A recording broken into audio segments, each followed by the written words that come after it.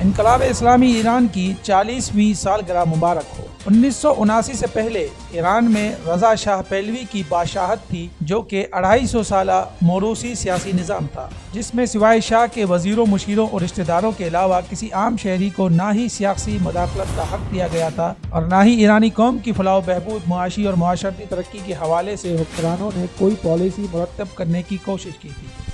رضا شاہ اور اس کے حواری حکومتی اور ملکی معاملات میں کسی قسم کی مداخلت کو بغاوت سمجھتے تھے اور آمرانہ نظام کے خلاف آواز اٹھانے والوں کو جیل میں بند کرنے کے ساتھ ساتھ سخت سزا سے نوازا جاتا تھا، اور یہ ملک اقتصادی طور پر بھی مفلوج ہو کر رہ گیا تھا۔ ان نامناسب حالات کو دیکھتے ہوئے 11 فروری کو 1979 کو امام خمینی نے مغرب نواز ایرانی شاہ کا تختہ الٹ دیا اور عوام کی رائے کو استعمال کرتے ہوئے اسلامی جمہوری نظام کی بنیاد رکھی۔ ایران میں اسلامی انقلاب کے بعد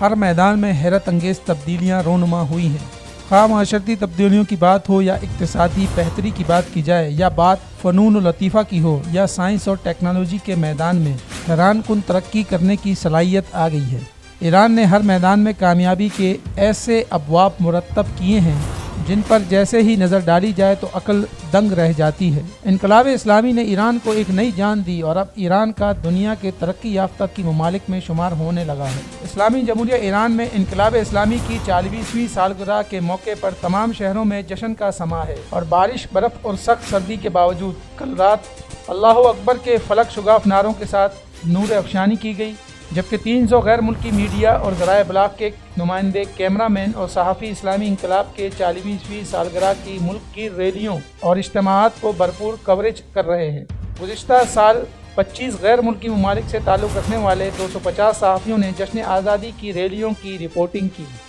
تجارت نیوز کو یوٹیوب پر سبسکرائب اور لائک کیجیے۔ اس کے ساتھ ساتھ بیل آئیکن کو بھی لازمی کلک کیجیے تاکہ آپ تک پہنچ سکیں ہماری تمام منفرد خبریں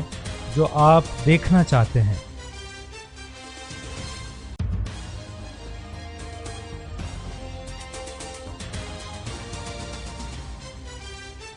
آپ دیکھ رہے ہیں تجارت نیوز،